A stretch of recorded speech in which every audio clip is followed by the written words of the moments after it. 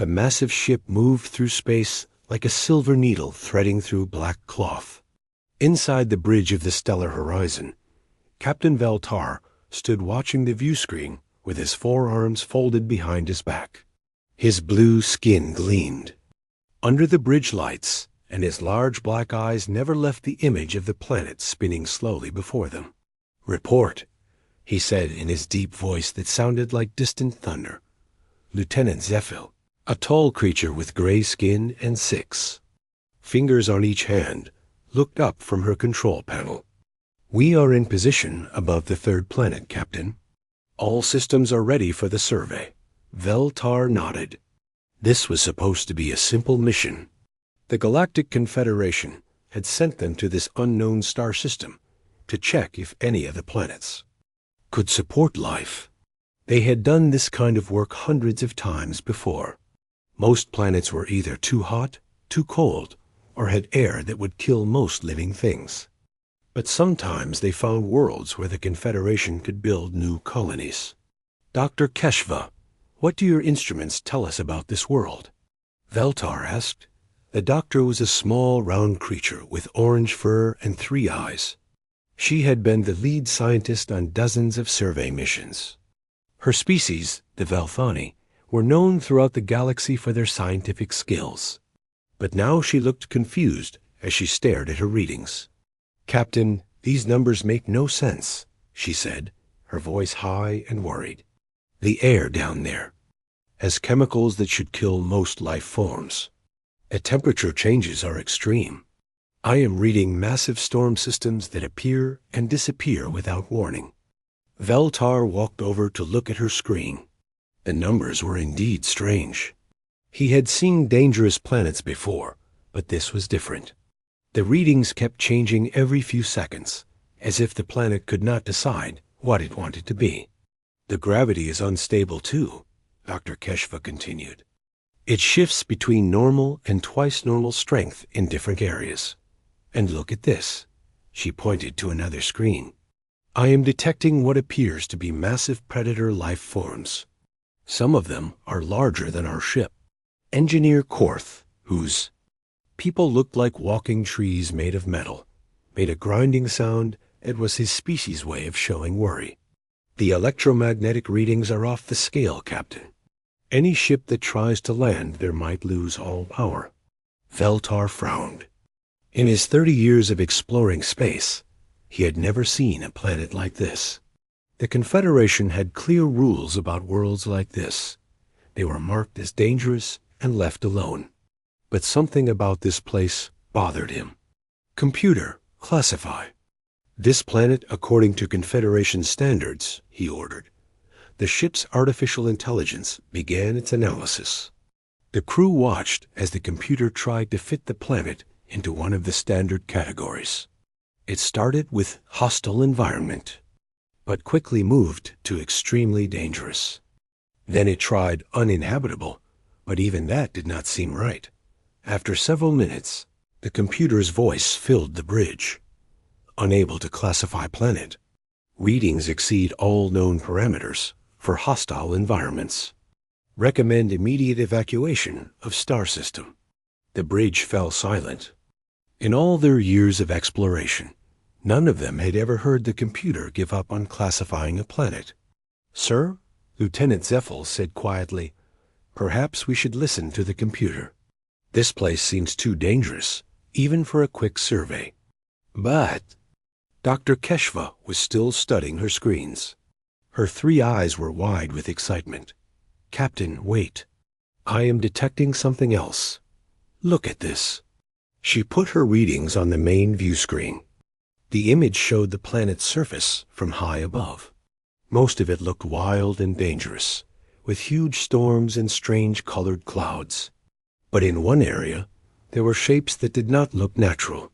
"Those are geometric patterns," Dr. Keshva sighed, pointing at the screen. "They appear to be artificial structures. Someone or something built those." Veltar stared at the screen. The shapes were small and simple, but they were clearly not natural formations. They looked like buildings, or settlements of some kind. That is impossible, Engineer Korth said, his metal voice ringing. Nothing could survive down there long enough to build anything. The computer agrees with you, Dr. Keshva said. According to our database, life as we know, it cannot exist in those conditions. But someone built those structures. Veltar was quiet for a long moment. The smart thing to do would be to mark the system as dangerous and leave. That was what the rules said. That was what the computer recommended. But those structures changed everything. If there is intelligent life down there, we need to know about it, he said finally. The Confederation's first contact protocols require us to investigate. Captain, Lieutenant Zeffel said, the first contact protocols also say we should not risk our lives unnecessarily. Whatever is down there has adapted to conditions that would kill us in minutes. Then we will be very careful, Veltar replied. But we cannot ignore the possibility of a new intelligent species. Prepare reconnaissance team.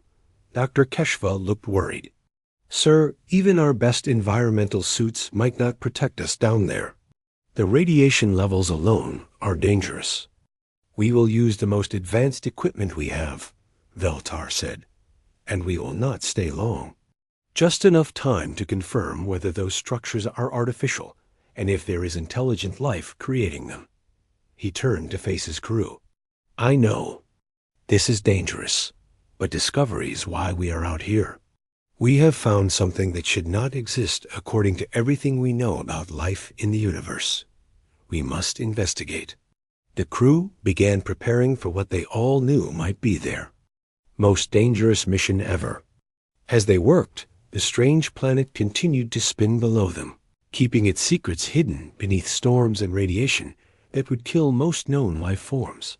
None of them could imagine that in a few hours they would meet beings who not only survived in those impossible conditions, but actually called that deadly world home. Beings who had turned one of the most dangerous places in the galaxy into a place where they could raise families, grow food, and build a civilization. The planet waited below, and somewhere on its surface, humans were going about their daily lives, completely unaware that their world was about to be visited by aliens who thought nothing could possibly survive there. The small shuttlecraft shook violently as it entered the planet's atmosphere. Lieutenant Zeffel gripped her control panel with all 6 fingers, watching the danger alerts flash red across her screens. She had piloted ships through asteroid, fields, and solar storms, but nothing had prepared her for this. Hull temperature rising beyond safe limits, she reported through gritted teeth. The atmospheric entry is much worse than we predicted.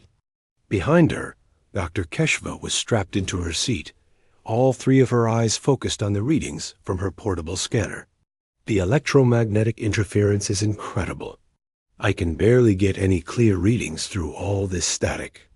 Engineer Korth sat in the back of the shuttle, his metal body creating sparks where the static electricity built up around him.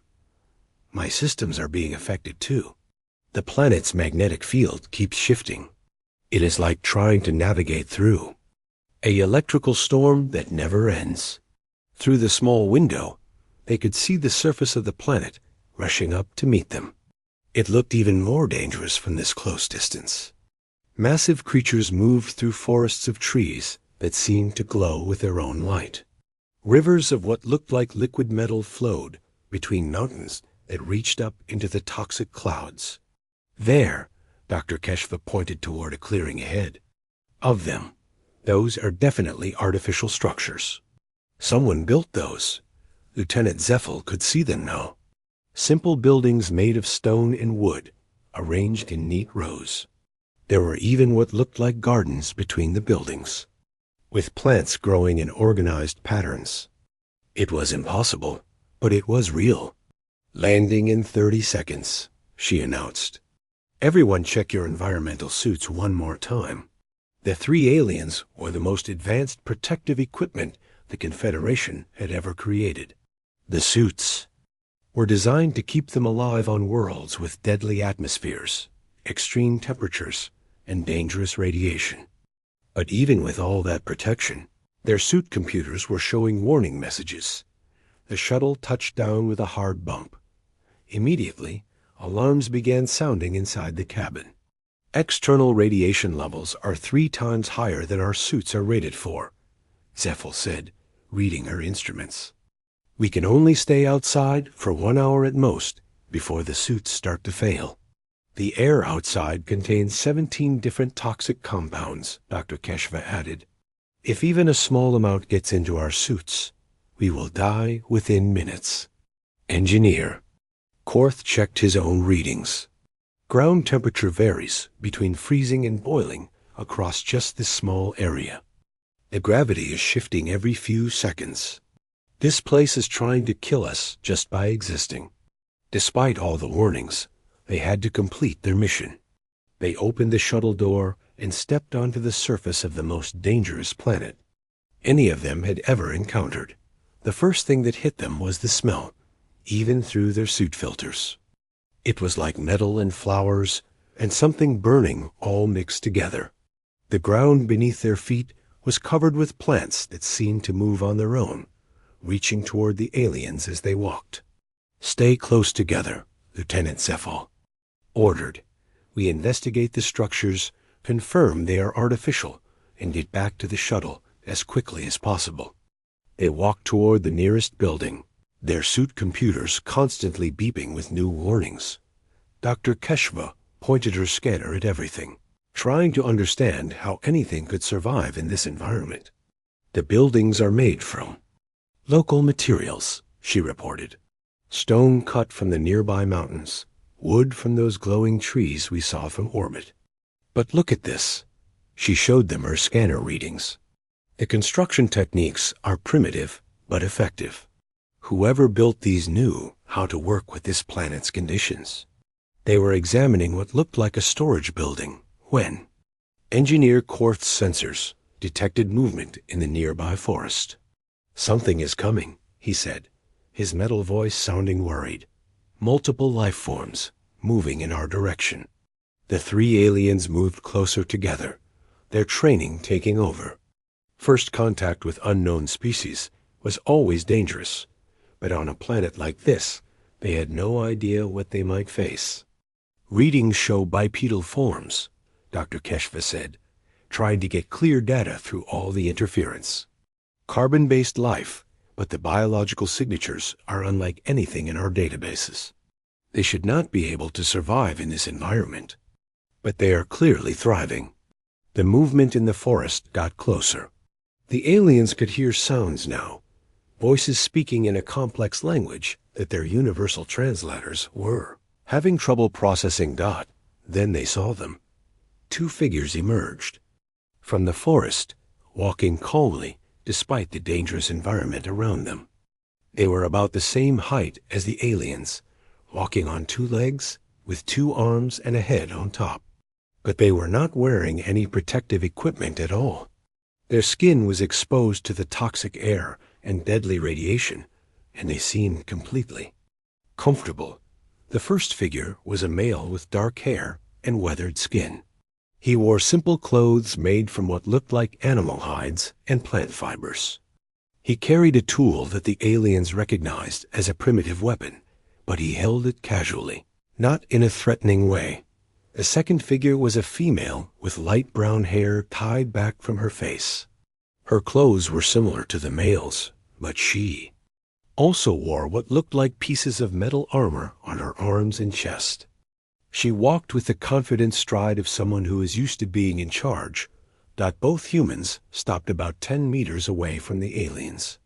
They looked curious, but not afraid, which surprised the visitors. Most species showed fear when meeting. Aliens for the first time. The male human raised one hand with his palm facing toward the aliens. Dr. Keshva's scanner beeped as it tried to analyze this gesture.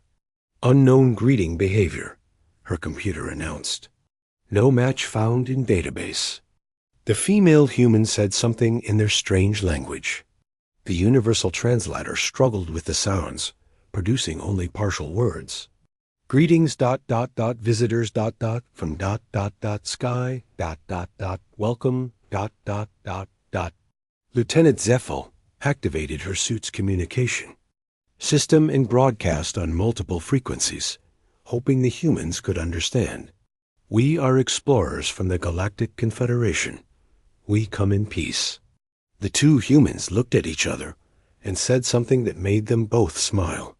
The male stepped forward and spoke slowly, pointing to himself. Jake Morrison. Then he pointed to the female, Lisa Grant. They were introducing themselves by name. Dr. Keshva felt her excitement growing despite the danger. These were clearly intelligent beings, and they were trying to communicate. But how were they surviving? Her scanners showed that the radiation levels around the humans were the same as everywhere else on this deadly planet. The toxic air that would kill the aliens in minutes was flowing freely into the humans' lungs. The ground they stood on was hot enough to burn through the aliens' protective boots. Yet Jake Morrison and Lisa Grant stood there as comfortably as if they were in a peaceful garden, welcoming visitors to their impossible home. Lisa Grant watched the strange visitors with careful eyes. She had seen many dangerous things in her 43 years on this world, but nothing quite like these alien beings. They stood inside what looked like protective suits that covered their entire bodies. Warning lights blinked on their equipment, and she could hear electronic beeping sounds coming from their direction. They looked scared, Jake Morrison said quietly in English, keeping his voice calm. Their machines are making a lot of noise. Lisa nodded. Can't blame them.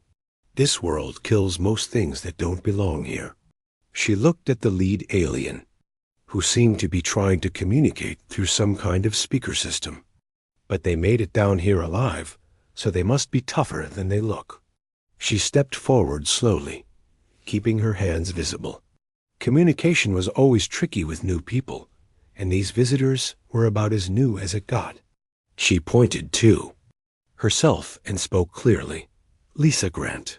Then she pointed to Jake Morrison. Then she gestured toward the settlement behind them. Haven Ridge.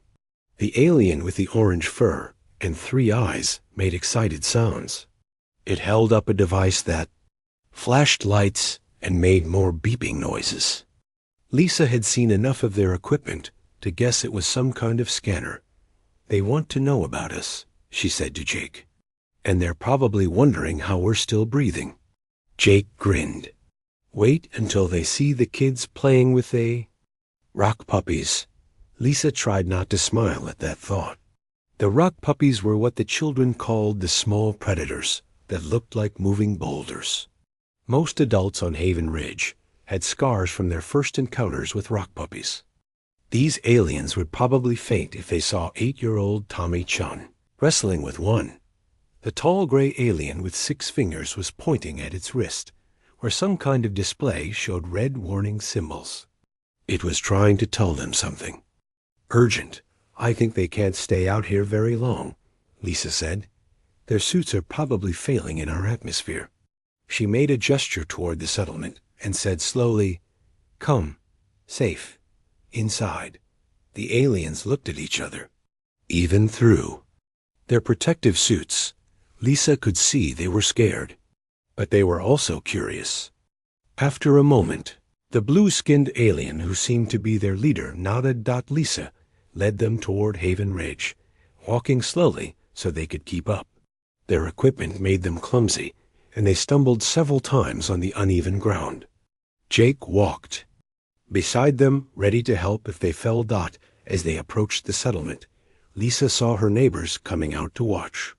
Word traveled fast in Haven Ridge, and alien visitors were definitely big news. She was relieved to see that everyone was staying calm and keeping their distance. Maria Santos, she called to a woman working in her garden. Can you get Doc Peterson? These visitors might need medical attention. Maria nodded and hurried away.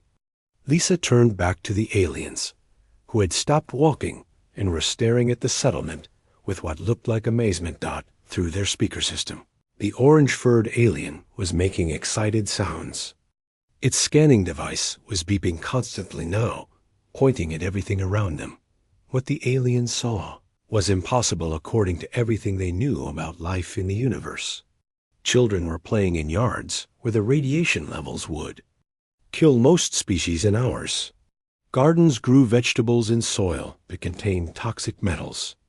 A woman was hanging laundry on a line, and the clothes were drying in air that would burn the lungs of most creatures. An elderly man walked up to them, moving with the careful steps of someone who had learned to read the ground beneath his feet. This was Carl Peterson, the settlement's doctor and historian. He had been one of the original colonists who landed on this world 60 years ago. "Welcome to Haven Ridge," he said, speaking slowly and clearly. "I am Carl Peterson." The aliens' translation system seemed to work better with his careful speech. Their leader responded through the speaker. "We are ... explorers ... from far away. We did not expect to find life here." Carl smiled. "Most people don't. This world has a way of surprising visitors." Lisa gestured toward the center of the settlement. "We should get them inside. Their suits won't protect them much longer out here." As they walked through Haven Ridge, the aliens saw more impossible things. A group of teenagers were playing a game that involved throwing rocks at targets. The rocks they used would have been too heavy for most species to lift, but the human teenagers tossed them easily. Near the workshops, Ben Parker was working on a piece of equipment. He had removed his shirt because of the heat, and his skin was exposed to air that should have killed him instantly. He waved at the group as they passed. "That's Ben," Jake explained to the aliens.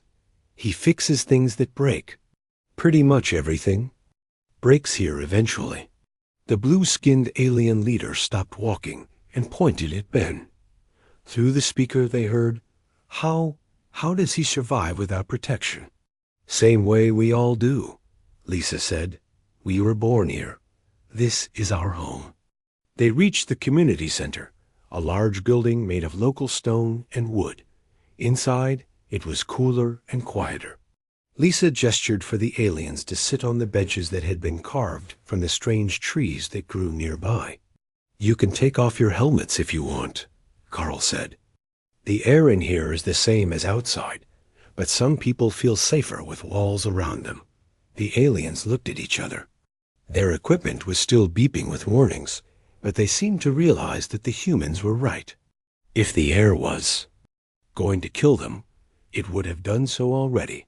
The leader slowly removed their helmet, revealing the blue skin and large black eyes that Lisa had glimpsed through the face shield. The alien took a careful breath, then a deeper one. "The air, it does not burn," the alien said, sounding surprised. "It takes some getting used to," Jake said, "but you build up a tolerance." Dr. Keshva, who had also removed her helmet, was scanning everything with her instruments. "This is impossible," she said, her voice high with excitement. "The radiation levels, the toxic compounds, the atmospheric pressure variations. You should all be dead." Carl chuckled. "We've heard that before, but here we are." "How long have your people been on this world?" Captain Veltar asked. 200 years, give or take," Carl replied. "My great-great-grandfather was on the ship that crash-landed here. We've been here ever since." "Crash-landed?" Lieutenant Zeffel asked. "You did not choose to come here?" "Oh, no," Carl said, shaking his head. "Nobody would choose to come to a place like this. We ended up here because we had no choice.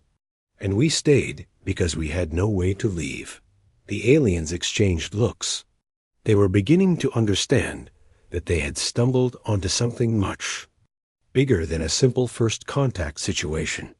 These humans had not just survived on one of the most dangerous planets in the galaxy. They had thrived here for 2 centuries, building a civilization in conditions that would kill most known species. "Tell us," Captain Veltar said quietly. "Tell us how you came to be here." Carl Peterson settled into his chair and looked at the three alien visitors. Their large eyes watched him with the kind of attention that told him they were ready to hear something important. Outside, the evening sky was turning the strange purple, color that came before nightfall on their world. The story starts with a ship called the New Horizon, Carl began, his weathered hands folded in his lap. It was Earth's first real attempt to send people to the stars. 10,000 colonists, all looking for a new home far from the crowded cities and polluted skies of our home planet.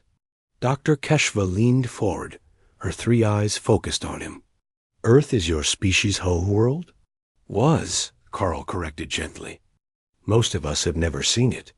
But yes, that's where humans came from originally. A blue and green world, much gentler than this one. Captain Veltar made a note on a small device. Please continue. How did you come to be here? Carl smiled, but it was not a happy expression. Bad luck and bad navigation.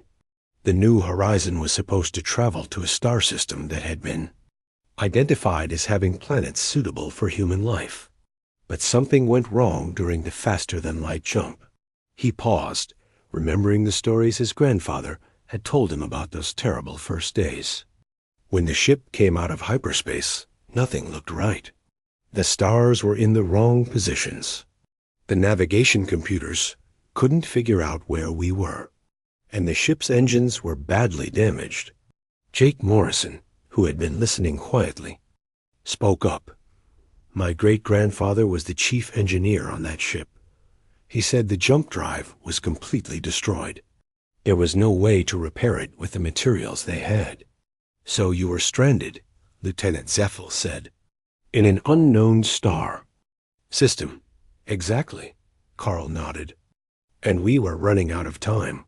The ship's life support systems were failing.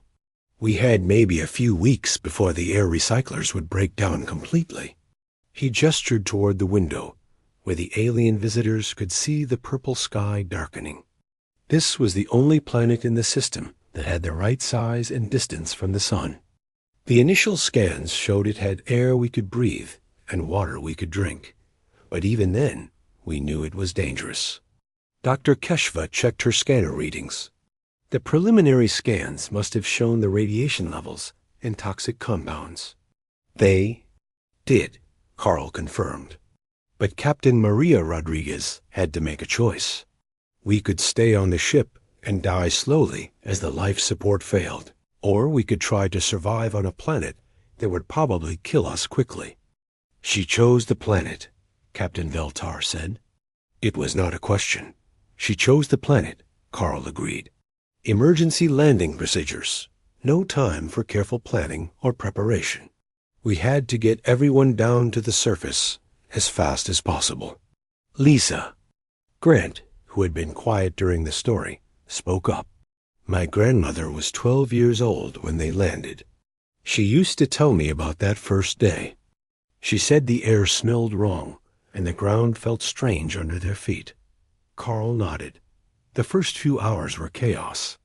People were getting sick from the air. The radiation was making everyone dizzy and weak. Some of the colonists died within. The first day, the aliens listened in silence. They could not imagine choosing to land on a world like this, even if the alternative was certain death. The first year was the worst, Carl continued. We lost almost half the colonists. The local predators were unlike anything we had ever seen. There were plants that released poisonous gas when you got too close. The weather was completely unpredictable. He stood up and walked to the window. You see that hill over there? That's where we buried the first 1,000 people who died. Good people who just couldn't adapt fast enough to survive here? Engineer Korth made a grinding sound of sympathy. How did the rest of you survive? We learned, Jake said simply. We watched the local animals and saw how they avoided certain areas at certain times. We figured out which plants were safe to eat and which ones would kill you. We learned to read the signs that warned of dangerous weather coming. But the real change happened with the children, Carl said, returning to? His chair. The adults who had grown up on Earth, we could adapt only so much. Our bodies were not built for this world. But the children who were born here, they were different. Dr. Keshva's scanning device beeped excitedly. Different how? Stronger, Lisa said. More resistant to the radiation and the toxic compounds. Better able to handle the gravity fluctuations and the extreme temperature changes. Carl nodded. My grandfather was a doctor on the original ship.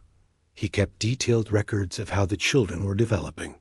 With each generation, we became more suited to life on this world.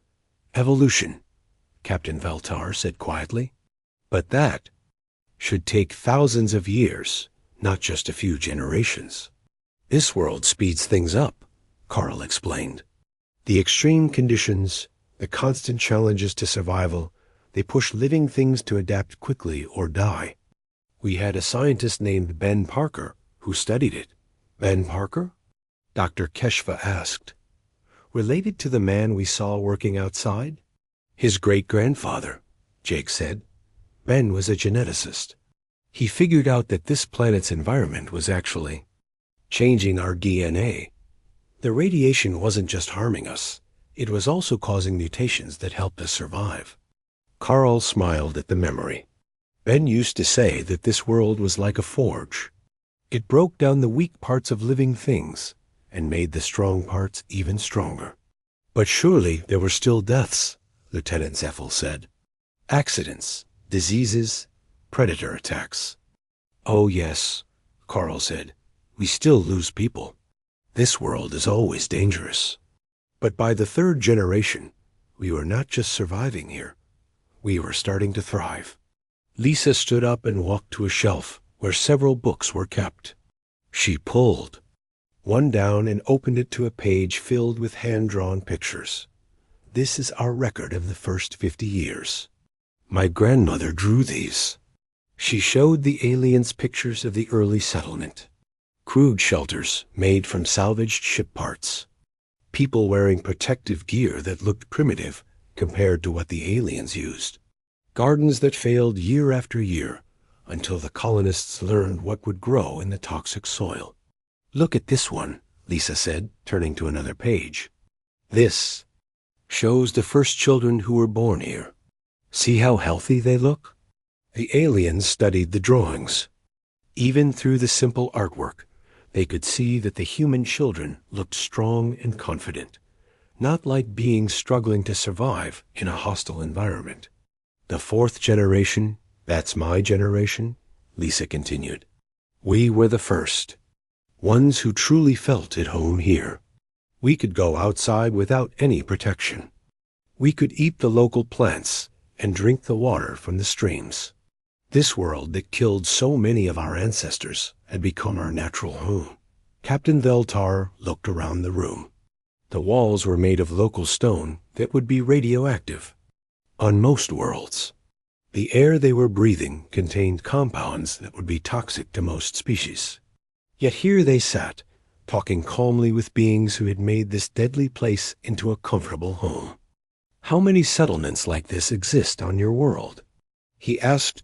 Carl and Lisa exchanged glances. 17 that we know of, Carl said. When the population of Haven Ridge grew too large, some families would go out and start new settlements in other areas. Each one had to learn how to survive in different conditions. Some are in the desert regions, Jake added. Others are in the mountains or near the acid lakes. Each place has its own challenges, but humans have learned to live in all of them. Dr. Keshva was frantically taking notes on her device. This is incredible. You have not just survived on this world, you have colonized it.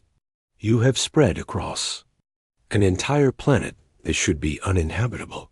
It's not uninhabitable, Lisa said with a small smile.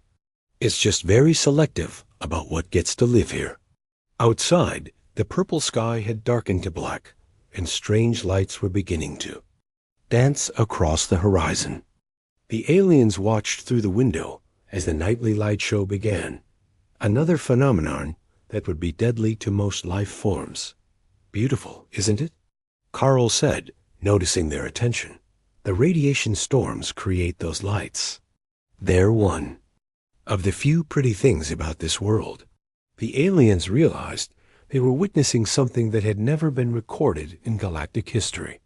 An entire species that had not just adapted to survive on a Deathworld, but had actually made it there. Home.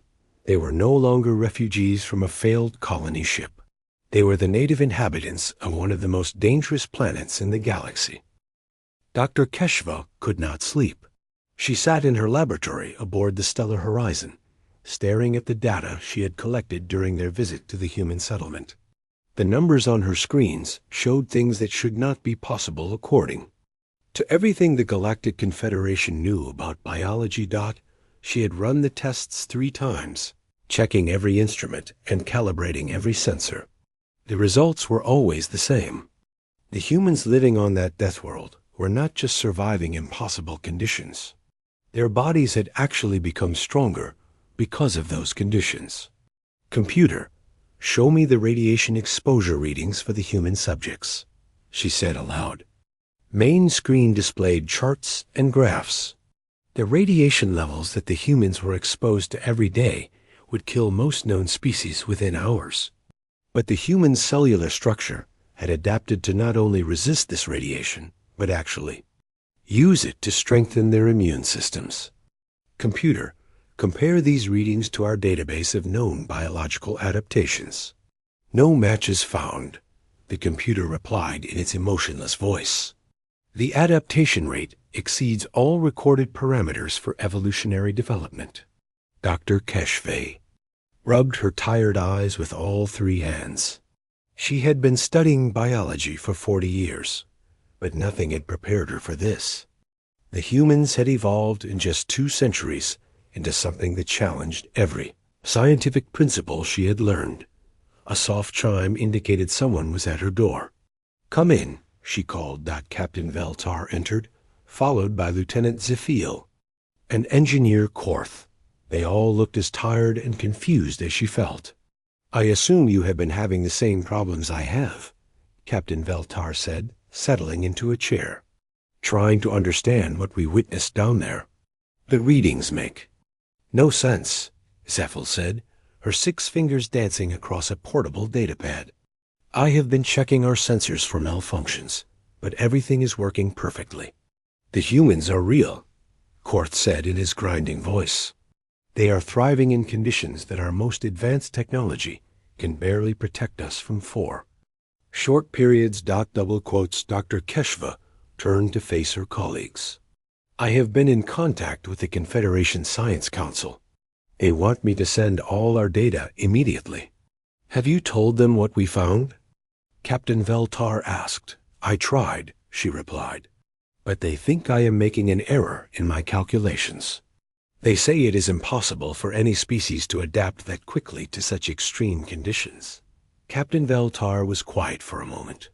Then he activated his communication console. Get me Commander Thalsek at Confederation headquarters. The screen flickered, then showed the image of a tall, thin alien with silver skin and large purple eyes. Commander Thalsek was the head of the Confederation's Science Division, one of the most respected scientists in the galaxy. Captain Veltar, the commander said, I have been reviewing Dr. Keshva's preliminary reports. These readings must be in error. Sir, I can assure you that our equipment is functioning perfectly, Dr. Keshva said, stepping into view of the communication screen. I have run every diagnostic test possible. Commander Thalsek frowned. Dr. Keshva, you are claiming that you have found a species that has adapted to survive on a Class X Deathworld in just 2 centuries. That is scientifically impossible. With respect, sir, Captain Veltar said, we have seen it with our own eyes. We have walked among them and spoken with them. They are not just surviving, they are building a civilization. The commander was quiet for a long moment. Then he said, Captain, I am going to share something with you that is classified at the highest levels. What you have found may not be unique. Dr. Keshva felt her heart skip a beat. What do you mean? Over the past 50 years, our exploration, teams have encountered humans on 17 different worlds. All of them were classified as uninhabitable death worlds. In every case, we found thriving human settlements. The bridge crew exchanged shocked looks. Lieutenant Zeffel was the first to speak. 17 worlds? All death worlds? Ice worlds where the temperature never rises above what would freeze most species solid. Commander Thalsek continued. Desert. Planets where the solar radiation should sterilize all organic matter. Gas giant moons where the atmospheric pressure should crush any living thing. And humans are living on all of them? Engineer Korth asked. Not just living, the commander sighed. Thriving. Building cities, raising families, developing technologies adapted to their environments.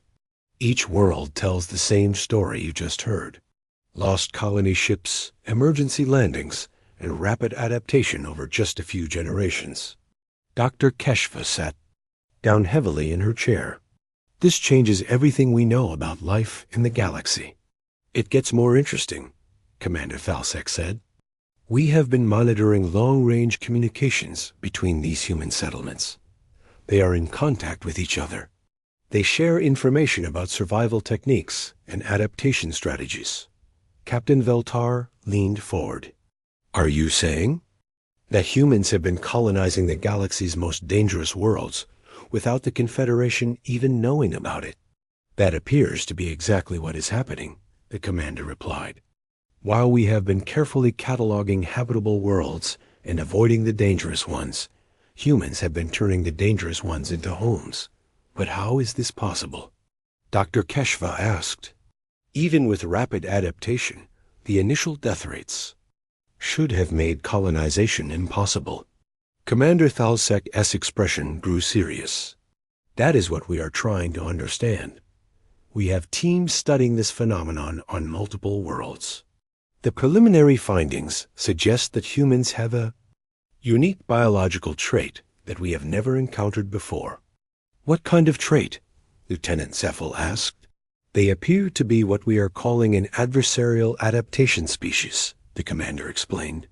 Most life forms adapt to avoid danger and seek comfortable environments. Humans seem to adapt by becoming stronger when faced with challenges that would destroy other species.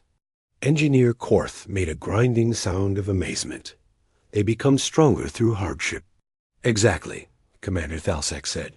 The more dangerous the environment, the more rapidly they adapt to not just survive it, but to thrive in it. It is as if danger and hardship trigger evolutionary responses that would normally take millions of years. Dr. Keshva looked at her data screens again. Suddenly, the impossible readings made sense. That is why the radiation levels did not harm them. Their bodies have learned to use radiation as an energy source. And why the toxic compounds in the air did not affect them, Captain Veltar added. Their respiratory systems have adapted to process those compounds safely. There is more, Commander Thalsek said. Our xenobiologists believe that this trait may explain why humans were able to develop space travel in the first place. Their homeworld Earth appears to have been unusually dangerous compared to most life-bearing planets. Dangerous how? Zeffil asked.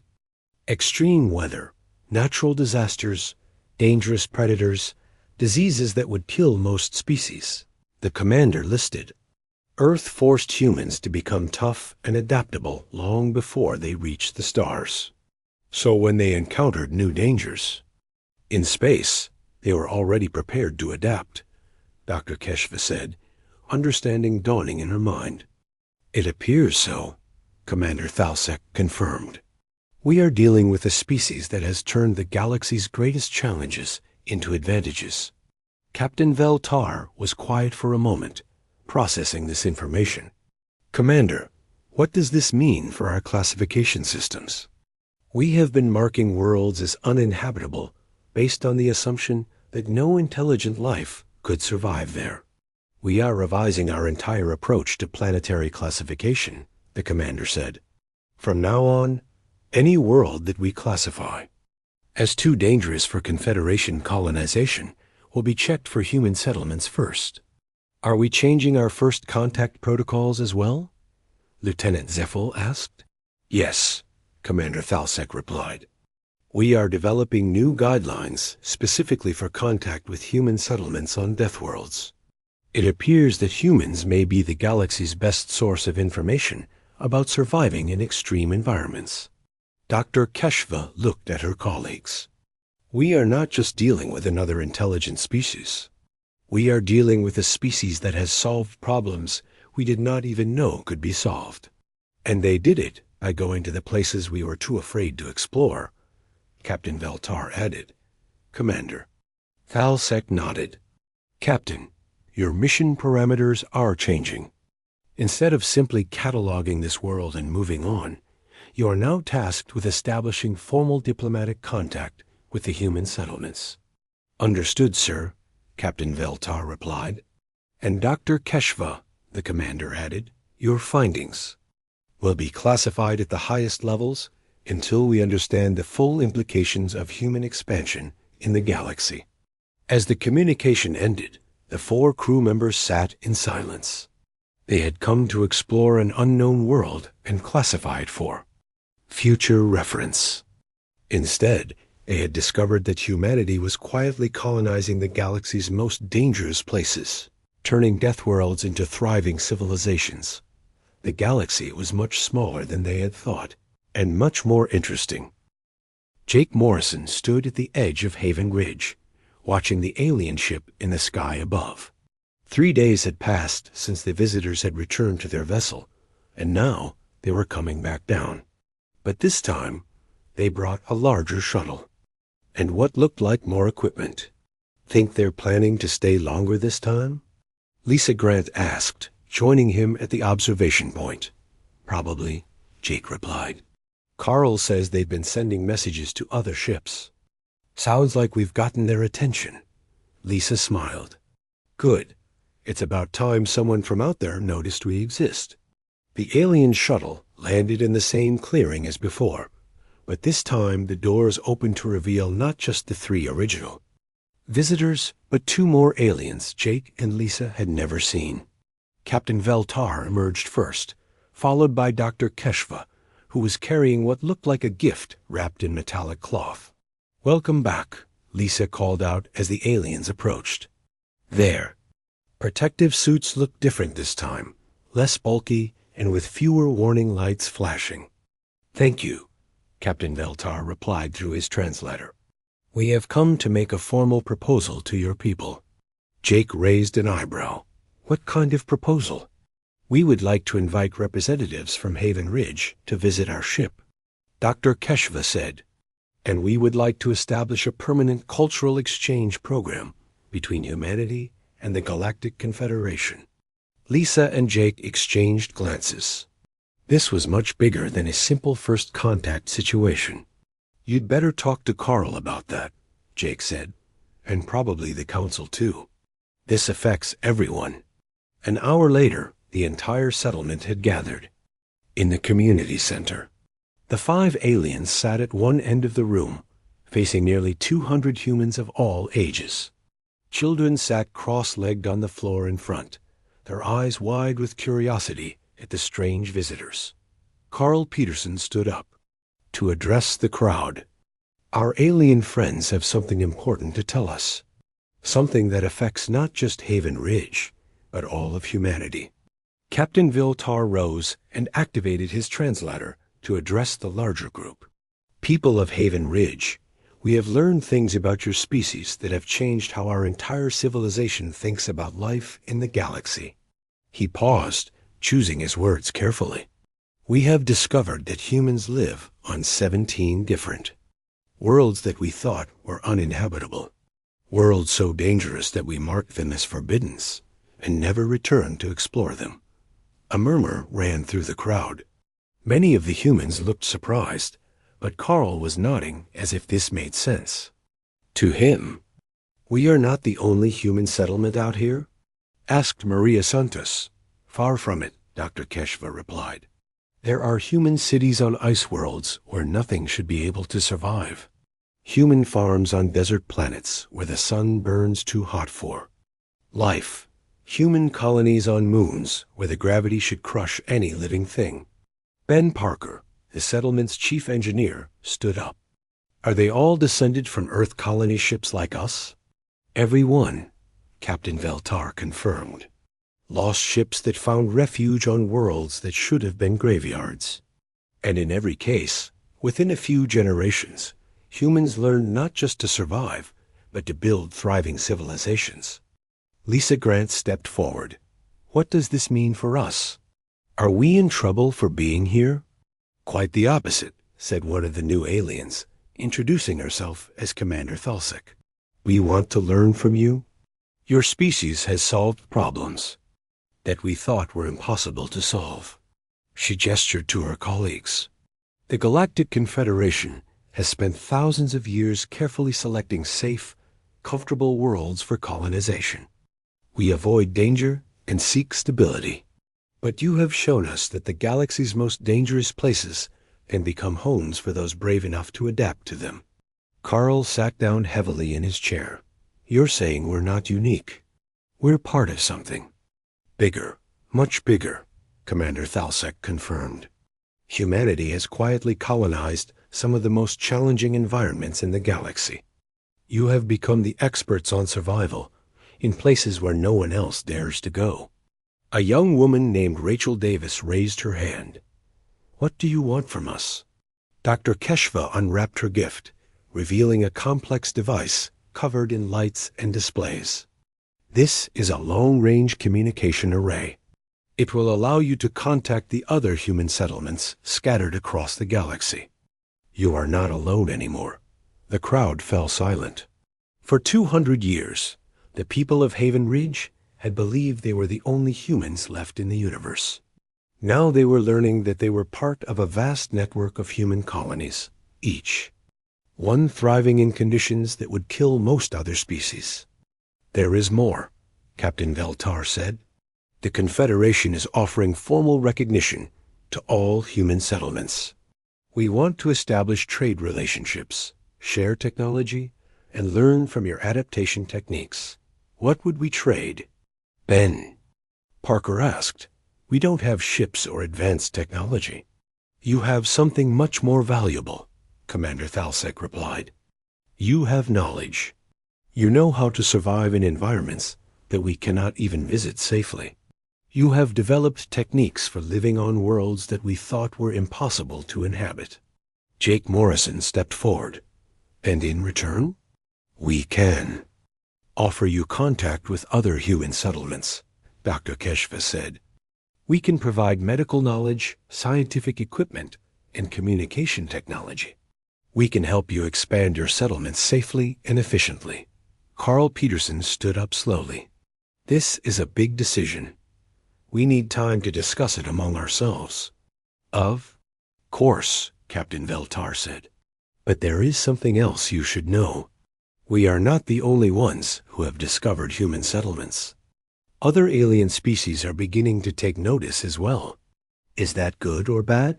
Lisa asked. Mostly good, Commander Thalsek replied.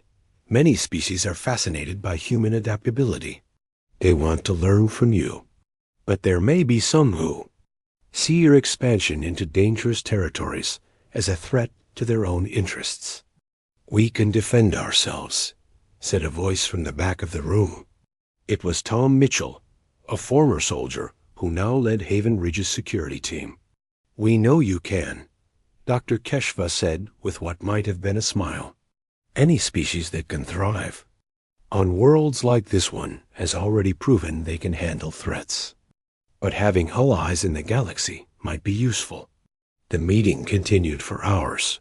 The aliens explained how the Galactic Confederation worked, what membership would mean, and what opportunities it might create for humanity.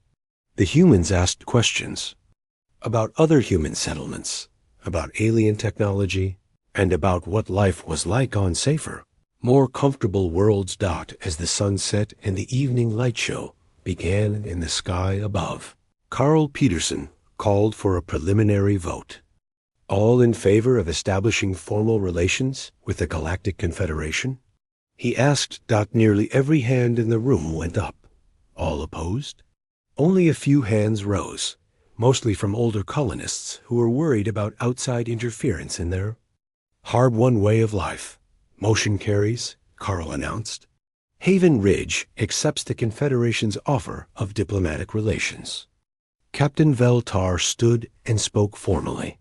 On behalf of the Galactic Confederation, I welcome humanity to the galactic community. Your species has already changed how we think about survival and adaptation. We look forward to learning what other surprises you have in store for us. Later that evening, as the aliens prepared to return for their ship, Jake Morrison walked with them to their shuttle. One question, he said to Captain Veltar. Why did it take so long for you to find us? We've been here for 2 centuries. Captain. Veltar looked up at the dangerous sky, where radiation storms painted beautiful and deadly patterns across the darkness. Because we were looking in all the wrong places, he said. We were searching for life on safe, comfortable worlds. It never occurred to us that the most dangerous places in the galaxy might be exactly where we would find the most remarkable civilizations. As the alien shuttle lifted off and returned to the stars, the people of Haven Ridge looked up at the night sky with new understanding. They were no longer alone on a forgotten world at the edge of nowhere. They were part of a vast human expansion across the galaxy's most challenging frontiers. They had turned the impossible into home. And now the rest of the galaxy wanted to learn how they had done it. The Deathworld that was too dangerous for categorization had become the birthplace of a new understanding of what life could accomplish when it refused to accept limitations.